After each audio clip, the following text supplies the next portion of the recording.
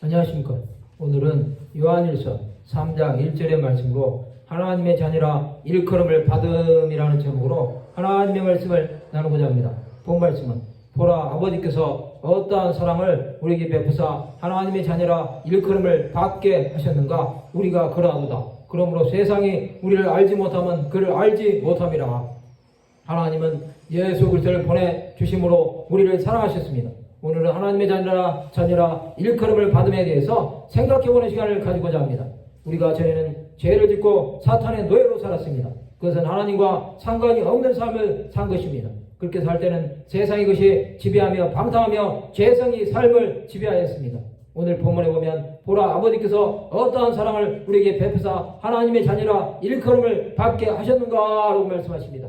하나님의 사랑은 우리에게 자비를 베푸셔서 죄사함과 의롭다 하심을 얻고 하나님의 자녀가 되게 하셨습니다.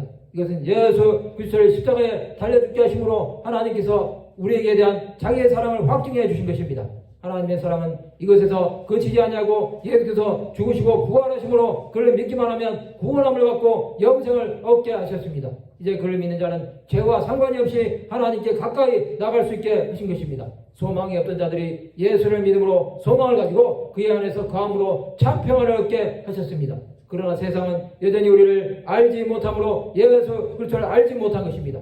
예수를 알지 못하는 자들은 예수를 십자가에 못 박은 유대의 종교 지도자들처럼 예수를 불의한 자로 봅니다. 그들에게 예수는 자신들의 죄를 지적함으로 과잉맞은 양심이 더 강팍하게 만듭니다.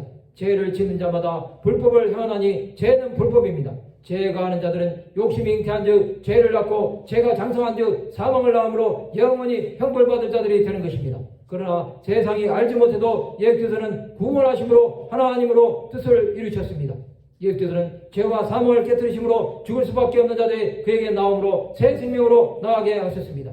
하나님의 사랑은 이처럼 독생자를 주시기까지 구원받을 영혼들을 사랑하셨습니다. 이제 그에게 나오는 자들은 은혜 가운데서 예수 그리스도를 소망하고 살아야 합니다. 그는 우리의 참 소망이 되십니다. 우리는 그를 향하여 담대한 것은 이것이니 그의 뜻대로 무엇을 구하면 들으심이라는 것을 믿어야 합니다.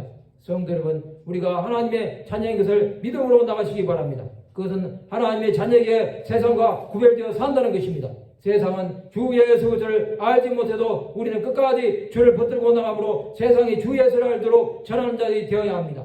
우리는 주께서 주시는 영원한 생명으로 사는 자들이 되어야 합니다. 그 생명은 우리 안에 충만하여 많은 영혼들을 살리게 하실 것입니다.